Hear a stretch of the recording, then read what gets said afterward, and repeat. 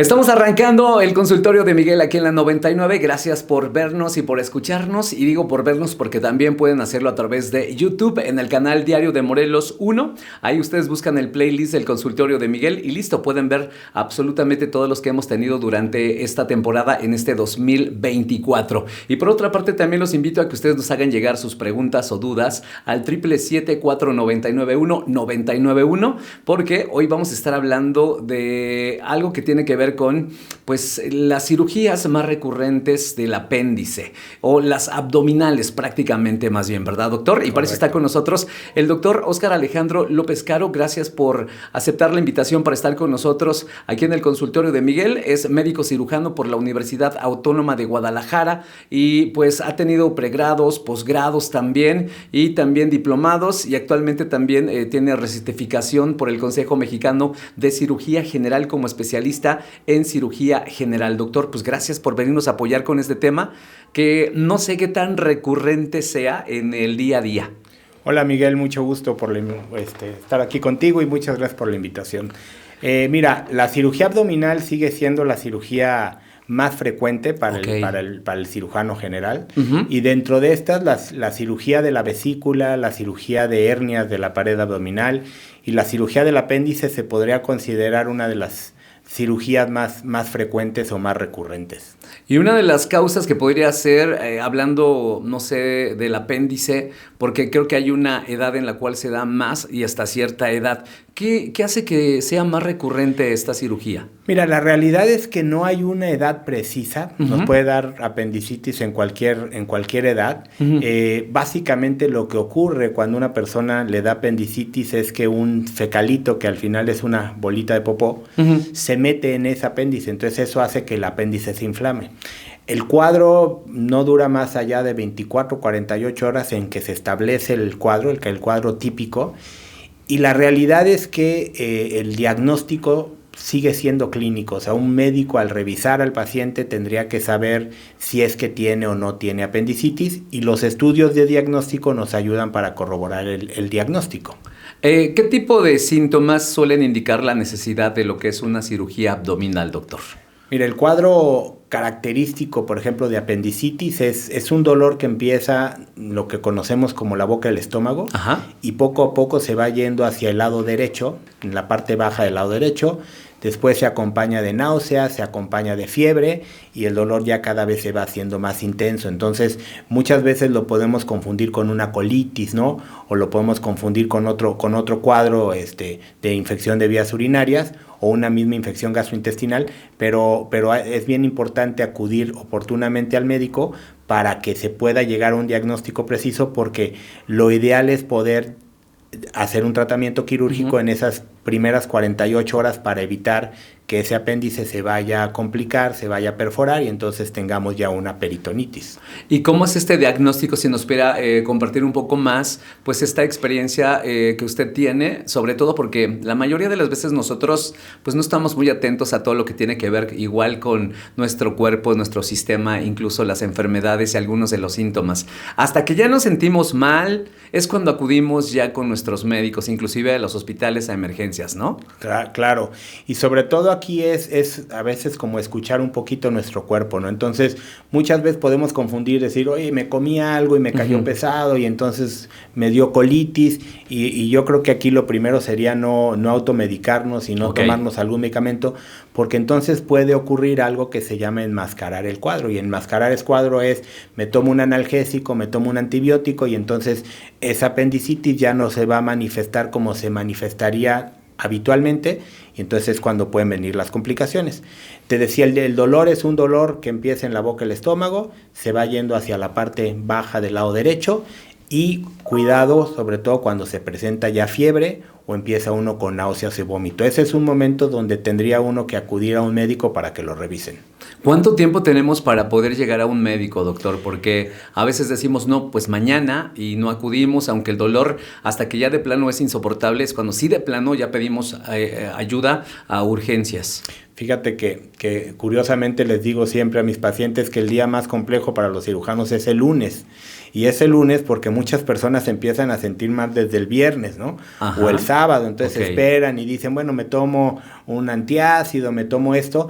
Entonces es muy importante acudir dentro de estas primeras 24, 48 horas porque el riesgo es justamente que el apéndice se perfore y entonces ya nos complicó, ya nos modificó el cuadro, claro, ¿no?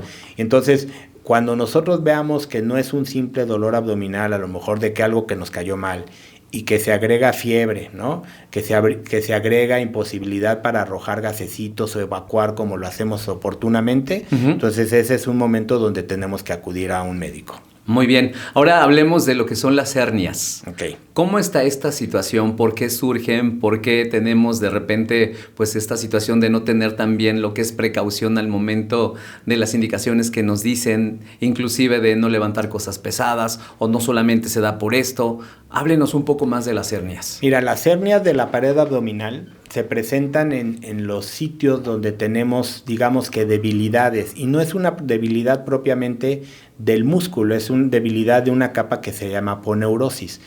Está demostrado genéticamente que las personas que tienden a formar hernias tienen un defecto en un tipo de colágena que se llama colágena tipo 2, y entonces una persona que tiene o que va a formar una hernia está más predispuesta por este tipo de colágena.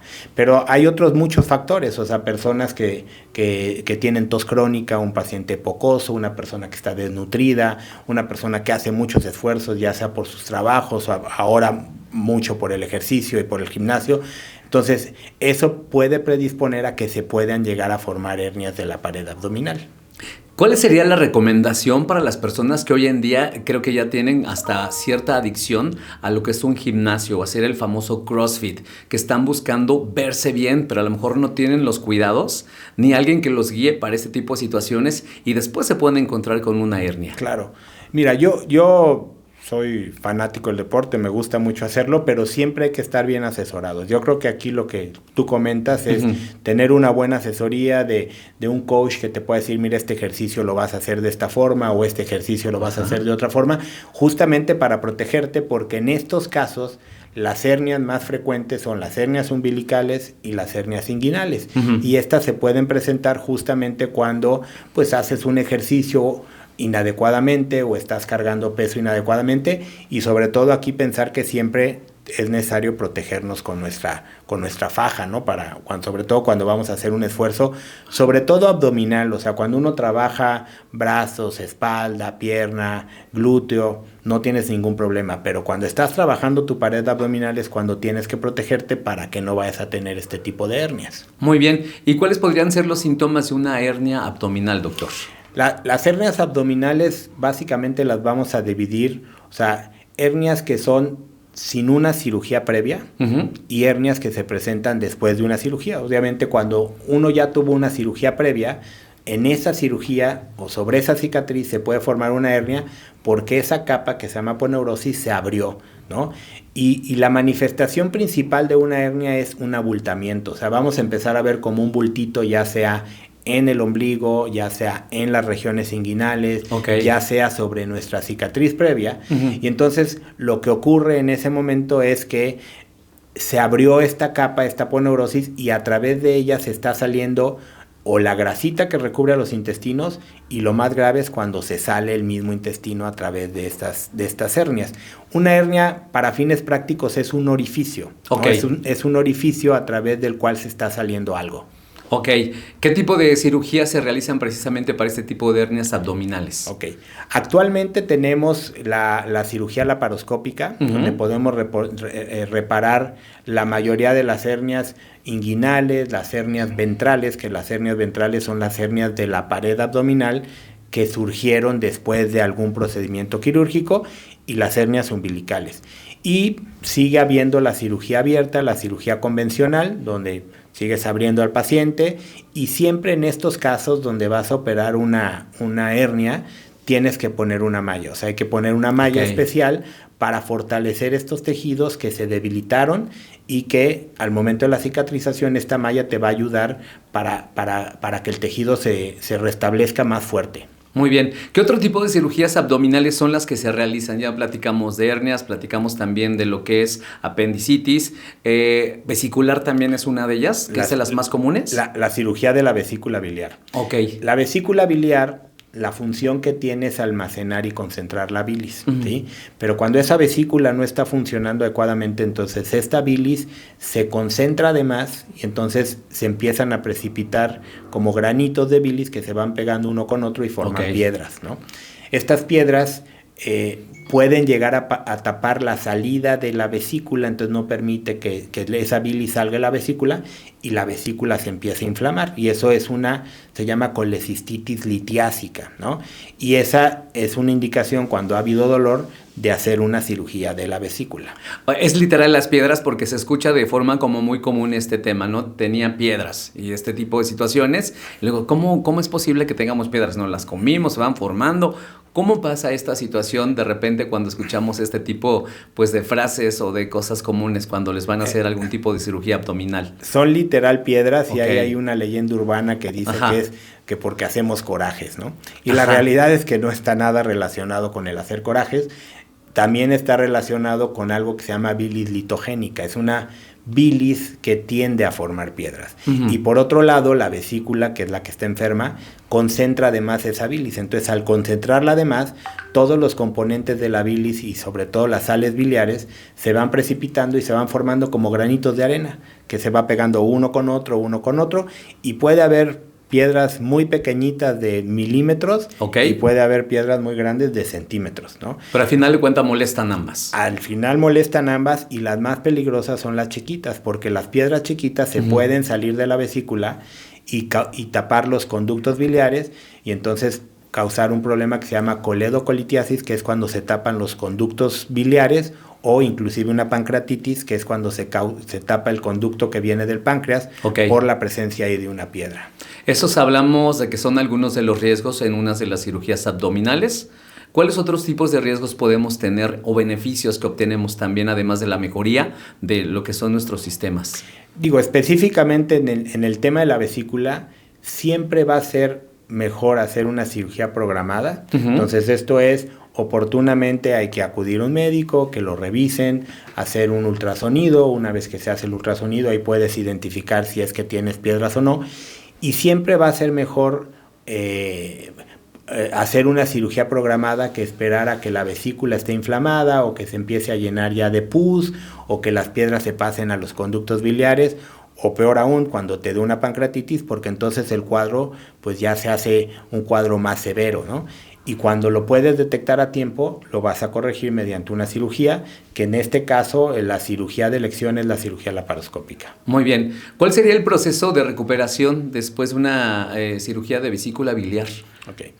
Anteriormente, siempre pensábamos que después de una cirugía nos teníamos que mantener acostados y nos mandaban a nuestra casa a estar ahí en reposo absoluto durante la primera semana.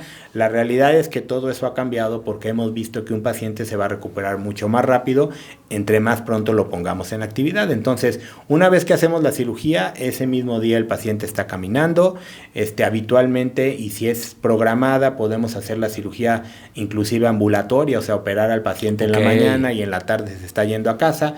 Cuando es de urgencias, aproximadamente se quedan hospitalizados 24 horas, ¿sí? Una vez que vemos que se empieza a restituir la función intestinal, o sea que el paciente ya empieza a arrojar gasecitos y que su intestino está moviéndose, podemos empezar dieta. Primero dieta líquida, posteriormente dieta blanda, y entonces eso nos va a ayudar a su recuperación. Más o menos son entre 24 y 48 horas de hospitalización.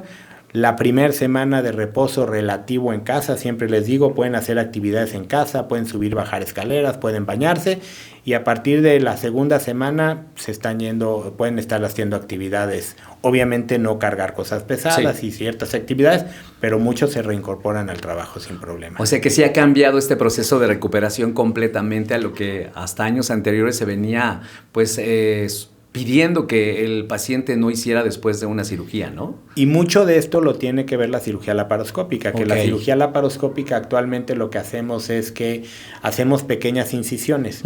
Hacemos una incisión pequeñita a través del ombligo y por ahí metemos una cámara que nos permite ver todo por dentro. Esa incisión es una incisión de 10 milímetros y después hacemos otras incisiones pequeñitas de 5 milímetros a través de la cual metemos unas pinzas, ¿no?, largas que nos permiten a través de una pantalla de video estar viendo todo lo que estamos haciendo por dentro. Entonces, al hacer menos incisiones más pequeñitas, claro, tenemos una posibilidad de una recuperación más rápida. Y la otra, o sea, tenemos menos probabilidades de tener una hernia, porque son muy frecuentes las hernias posincisionales, o sea, una hernia donde hicimos una cirugía previa. Entonces, al hacer incisiones más pequeñas, tenemos menos riesgo de esta situación. Pues espectacular también cómo ha avanzado la tecnología en ese tipo de cirugías y de verdad que hay que aprovecharlo y siempre tener cuidado al momento de ir con un médico especialista y que tenga precisamente estas actualizaciones y estos nuevos sistemas también para ese tipo de cirugías abdominales. Doctor, pues regresamos con usted después de la pausa. Está con nosotros el doctor Óscar Alejandro López Caro, hablando precisamente de lo que son las cirugías abdominales. Si tienen dudas, este es el momento. Yo sé que siempre hay muchas preguntas a través del 777-4991-991. Hay que aprovechar que está en el consultorio de Miguel el doctor para que nos pueda apoyar en lo máximo que pueda en algunas dudas o preguntas que tengamos. Vamos a la pausa y regresamos aquí en la 99 en el consultorio de Miguel.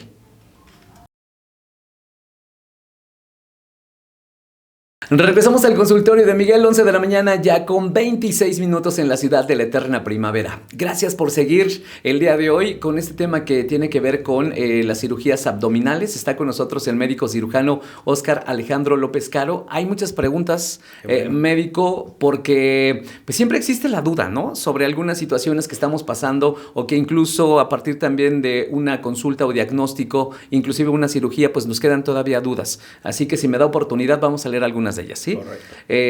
Nos preguntan por aquí sobre un caso. A mí me dijeron que tenía un pólipo en la vesícula, pero un cirujano me dijo que deben retirar la vesícula para evitar que pueda ser maligno, pero me dicen que deben de estar revisando pues cada 6 meses, mientras no crezca pues todo bien, pero sí me preocupa un poco. ¿Qué me aconseja el especialista que está el día de hoy en el consultorio?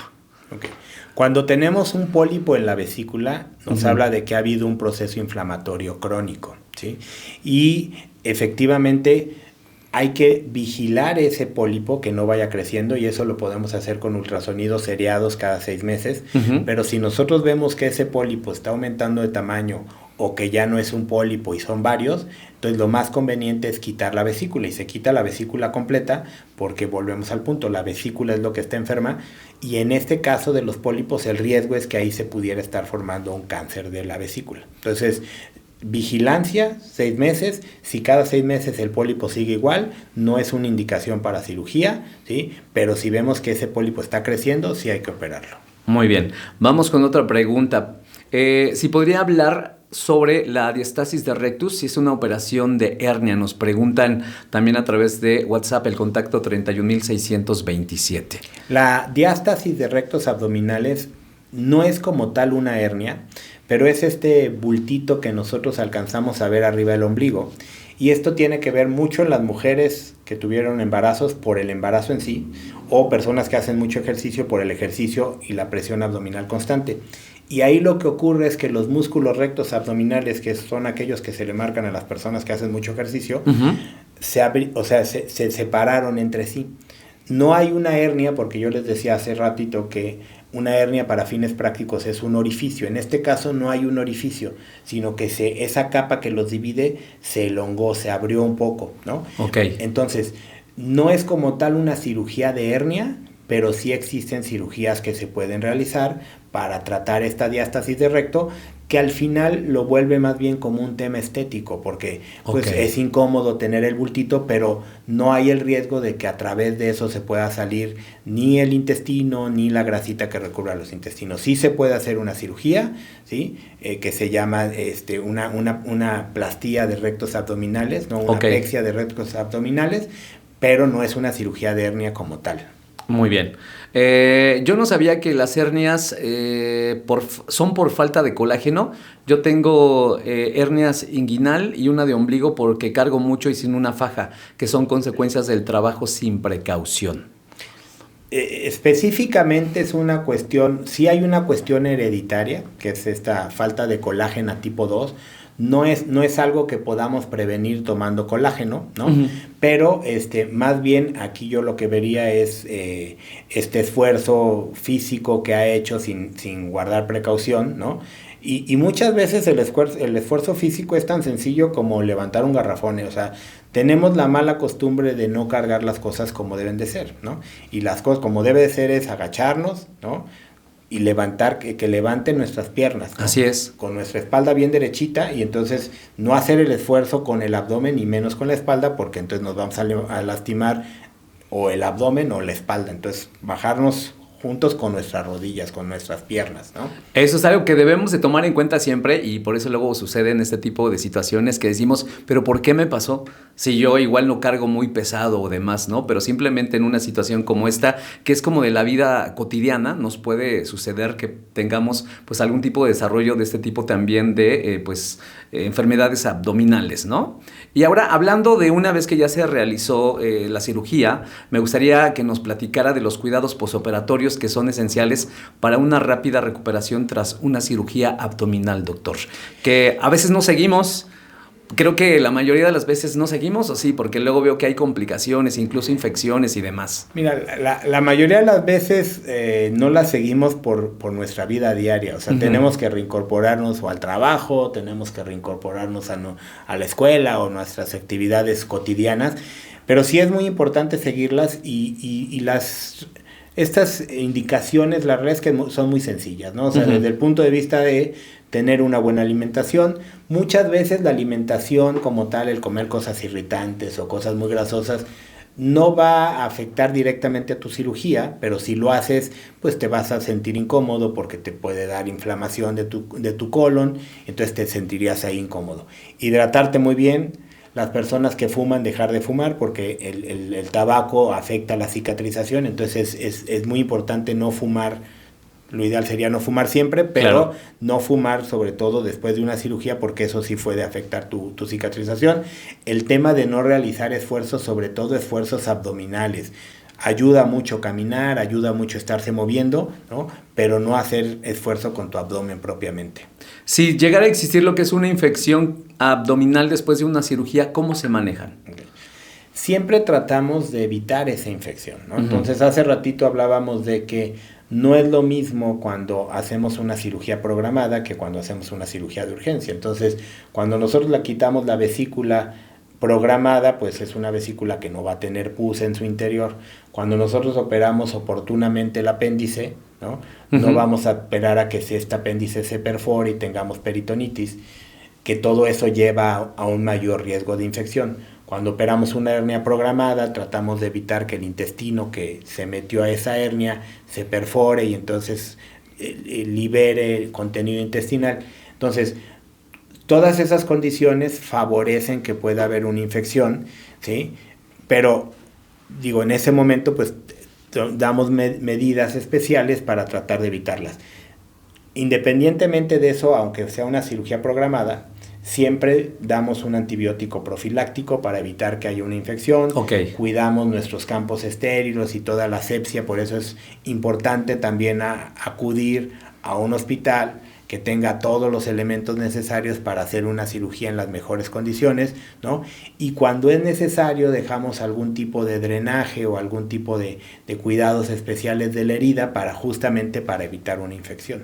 Hablando de lugares donde tenemos que ir que tengan precisamente todo este tipo de servicios y también de la calidad y experiencia de los médicos, nos están pidiendo sus datos. ¿Cómo pueden contactarlo para un diagnóstico o una cita? Con mucho gusto.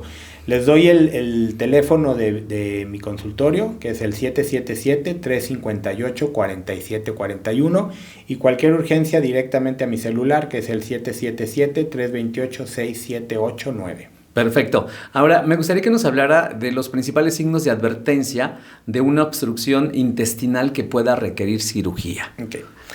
Las obstrucciones intestinales significa que nuestro intestino está ocluido, está tapado en algún lugar, ¿no? Uh-huh. Y el tubo digestivo empieza desde el estómago, el intestino delgado, ¿no? Bueno, el esófago, el intestino delgado, el estómago, el colon. Entonces, cuando hay una obstrucción intestinal, significa que en algún momento hay este tránsito, este movimiento intestinal normal se obstruyó. Y puede haber por muchas causas. Una tumoración puede causar una obstrucción intestinal, algo que se llaman divertículos inflamados se pueden llegar a provocar una obstrucción intestinal, ¿sí? Y es muy importante tener en cuenta cuando un paciente tuvo una cirugía previa, porque cuando tuvimos una cirugía previa abdominal, existe algo que se llaman adherencias, y estas adherencias es que el intestino delgado se pega entre sí. Y siempre les digo a los pacientes, mientras se quede pegado en una forma acomodada y ordenada, no pasa nada. El riesgo es cuando, digamos, que queda torcido, ¿no? Y entonces, en ese momento, pues ya se tuerce y ya no va a permitir que pase todo el contenido intestinal. Cuando tenemos una obstrucción intestinal, siempre intentamos primero un tratamiento médico, ¿no? Hidratar bien al paciente, a veces poner una sonda por su nariz, ¿no? Siempre es importante hacer estudios previos para poder identificar en dónde está ese sitio de obstrucción, y la mayoría de las veces con el tratamiento médico logramos quitar esta obstrucción. Y ya cuando no se logra quitar esta obstrucción, entonces tenemos que recurrir a una cirugía. Hay parámetros muy importantes que decimos, bueno, ya no podemos hacer una cirugía cuando el paciente tiene fiebre, ¿no? Cuando el paciente tiene taquicardia, esto es que su frecuencia cardíaca se ha incrementado por esta obstrucción, y cuando los glóbulos blancos del paciente están muy elevados. Eso nos habla de algo que se llama compromiso de asa intestinal. Esto significa que el intestino que está obstruido ya está sufriendo y no le está llegando adecuadamente la oxigenación, y entonces el riesgo ahí es que se pueda perforar. Muy bien, pues bueno, también estamos hablando durante lo que es el consultorio, o ha mencionado mucho lo que son las cirugías programadas. Nos gustaría que nos platicara cuál es la diferencia entre una cirugía de emergencia y una cirugía programada en el contexto abdominal.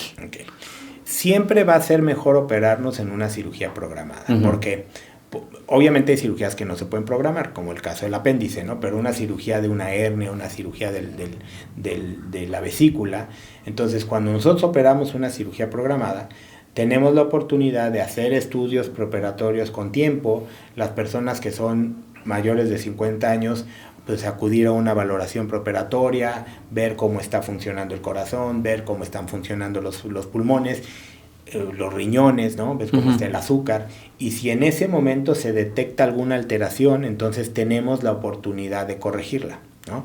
Cuando hacemos una cirugía de urgencia, entonces muchas veces, aunque pues esté el paciente descompensado del corazón, de los pulmones y de los riñones, ¿no? Pues tratamos de compensarlo lo más pronto posible por la necesidad de la urgencia quirúrgica, pero nunca va a ser lo mismo, ¿no?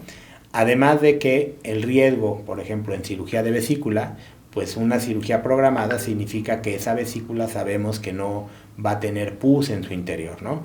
A diferencia de que cuando llegamos a una urgencia, entonces esa vesícula ya puede estar llena de pus, esa pus puede contaminar la herida, contaminar adentro la cavidad abdominal, e igualmente con las hernias. O sea, una hernia que no está complicada significa que lo que se sale y se mete a través de esa hernia sale y entra fácilmente.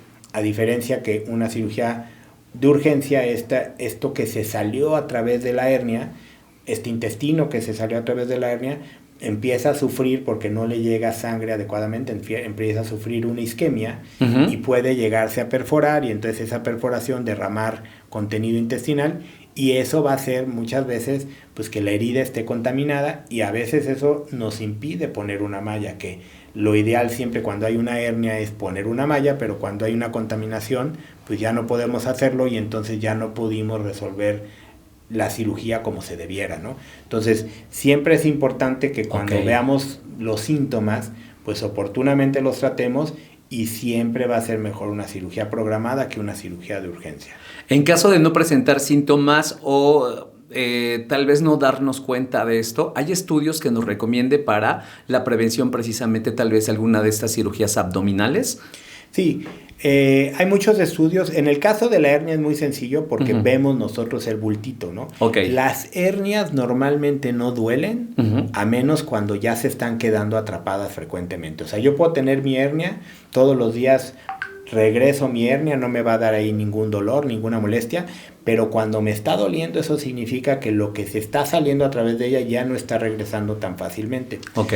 En el caso de la vesícula, el dolor es muy característico. Es un dolor que empieza casi siempre después de comer alimentos, sobre todo grasosos, chocolate, aguacate, lácteos, huevo. ¿Ese dolor cómo es? ¿Como nos lo platicaba al inicio? Es un dolor que empieza casi siempre en la boca del estómago, pero aquí se va a ir yendo hacia el lado derecho, debajo de la costilla del lado derecho, ¿sí? Después de comer sobre todo cosas grasosas, y casi siempre viene con náusea o vómito. Cuando nosotros estamos viendo pues, que se nos está presentando esta situación frecuentemente, un ultrasonido es un estudio que nos sirve mucho, porque ahí podemos ver la presencia de las piedras en la vesícula, y un ultrasonido es un estudio que también nos sirve mucho para ver las hernias. Entonces, un estudio, digamos, muy fácil, muy práctico, que no es invasivo, económico, que nos sirve para ver si es que tenemos piedras en la vesícula o si evidentemente ese bultito que hemos estado notando es una hernia, pues el estudio de elección inicial sería un ultrasonido. Muy bien, pues estamos platicando de lo que son cirugías abdominales, gracias al médico cirujano Óscar Alejandro López Caro por estar con nosotros. Nuevamente, si nos comparte la forma de contacto con usted para algunas personas que nos están pidiendo sus datos, ojalá pueda darnos cómo contactarlo, por favor, nuevamente, doctor. Al teléfono del consultorio 777-358-4741, ¿sí? Y al teléfono celular cualquier urgencia 777-328-6789. Perfecto, vamos a la pausa y regresamos en el bloque final del consultorio de Miguel. Si tienen preguntas, aprovechen porque ya vamos hacia la parte final del consultorio el día de hoy. Nos pueden hacer sus preguntas al 777-4991-991 para que el médico cirujano nos pueda apoyar el día de hoy aquí en el consultorio de Miguel. Regresamos.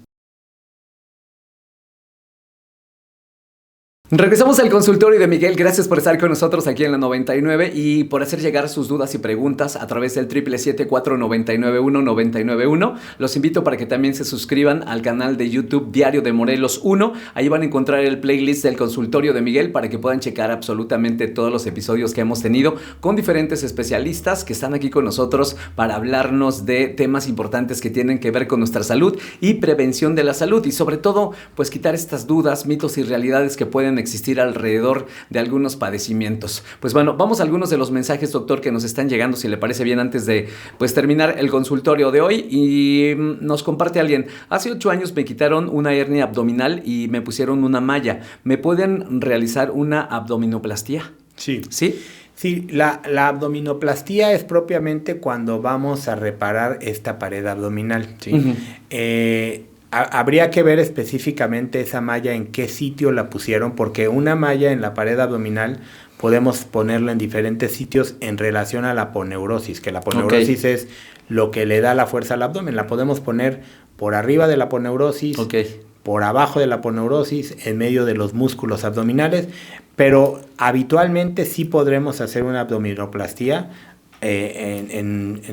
cuando hubo previa colocación de alguna malla, ¿no? Estas mallas, cabe mencionar, que se van incorporando al cuerpo, o sea, siempre es muchas dudas a través de qué pasa con esas mallas, y esas mallas nos sirven como base para que nuestros propios tejidos se vayan fortaleciendo, y las mallas actualmente cada vez más se van incorporando a estos tejidos, se van integrando a nuestros tejidos normales, digámoslo así. Muy bien. Llega otra pregunta también, dice, sobre el tema de hernia. Mi papá tiene... Bueno, más bien dice mi mamá, tiene una hernia abdominal que ya le duele mucho. De hecho, hace 2 años aproximadamente la operaron de una hernia. Ella tiene marcapasos. ¿Qué tan peligrosa es la cirugía para ella? Ok. Platicábamos, ya habíamos platicado previamente de la importancia de una cirugía programada. Una persona que tiene marcapasos, pues nos queda claro que es una persona que tiene un problema en su corazón, pero al tener el marcapaso, seguramente está anticoagulada. Entonces, esta es la oportunidad que nos da hacer una cirugía programada, porque en estos pacientes previamente hay que cambiar su anticoagulación que toma normalmente por una anticoagulación inyectada, que es subcutánea, que tiene menos horas de efecto, ¿sí? Y entonces hay que preparar a esta paciente para poderlo operar.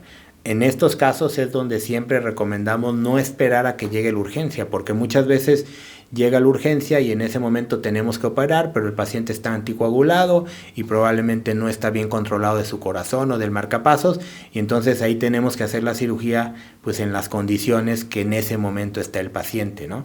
Y entonces siempre va a ser mejor que acuda oportunamente al cardiólogo y el cardiólogo nos dé las indicaciones precisas para poder hacer una mejor cirugía y por lo tanto tener mejor éxito, ¿no? Perfecto. ¿Cuándo es necesaria la resección intestinal y qué implica este tipo de cirugía, doctor? La resección intestinal significa que vamos a cortar una parte del intestino y lo que podemos cortar es el intestino delgado o el intestino grueso dependiendo.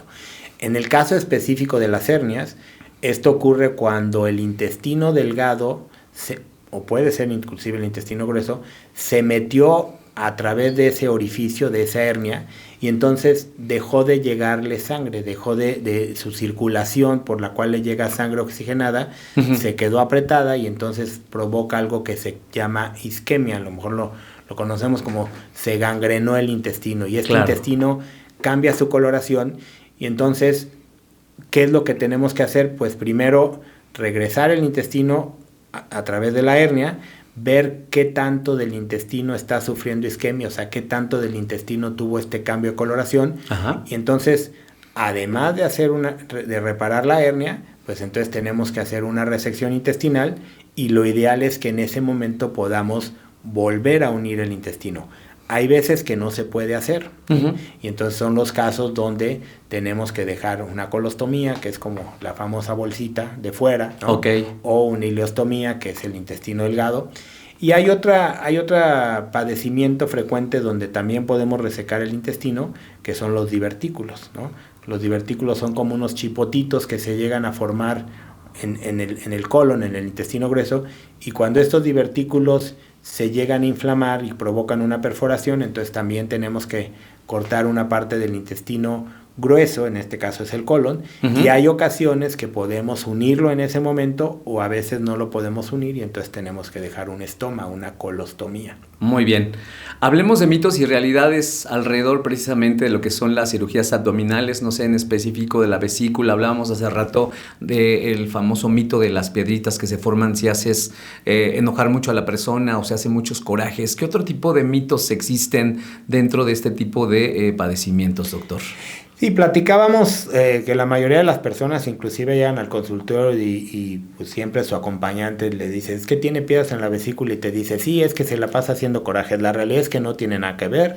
Ya platicábamos que ese paciente llega a tener una bilis litogénica, que es una bilis que haga o no haga corajes va a tender a hacer piedras, entonces ese realmente es un mito, ¿no?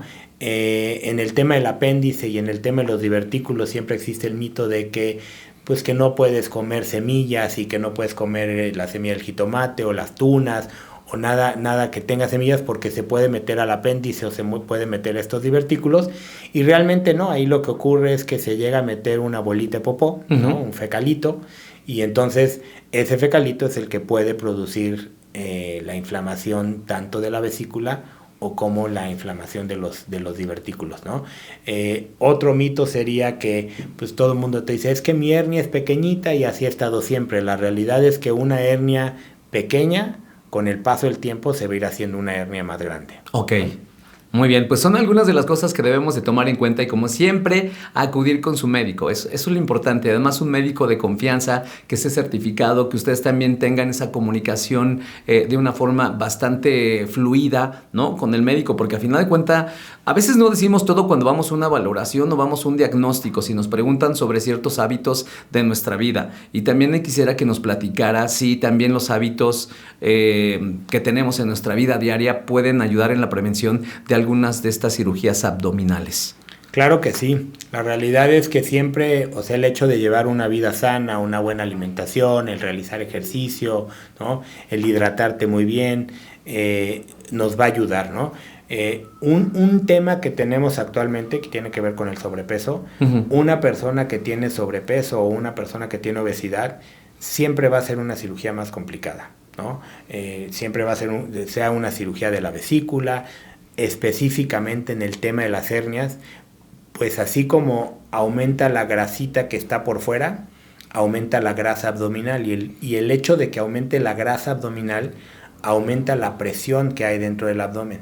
Y entonces esta presión dentro del abdomen pues favorece que se abran estas hernias que a lo mejor no se habían abierto anteriormente. Entonces una persona que tiene sobrepeso está más predispuesta a formar este tipo de hernias, y cuando hacemos una cirugía la grasa es algo que se infecta fácilmente, entonces tenemos más riesgos de infecciones. Entonces el conservarnos sanos, el conservar un peso adecuado, el comer adecuadamente, el tener buenos hábitos intestinales en cuanto a nuestras evacuaciones. A veces se nos hace muy fácil decir, no, es que yo evacúo cada 2 o cada 3 o cada 4 días, ¿no? Entonces a lo mejor ahí nos está... Bueno, creo que eso no es tan común, ¿o sí? ¿O normal, doctor, o sí? Eso no sería... No. Lo habitual es lo habitual. Lo habitual es que evacuáramos de 1 a 4 veces diarios, Uh-huh. ¿no?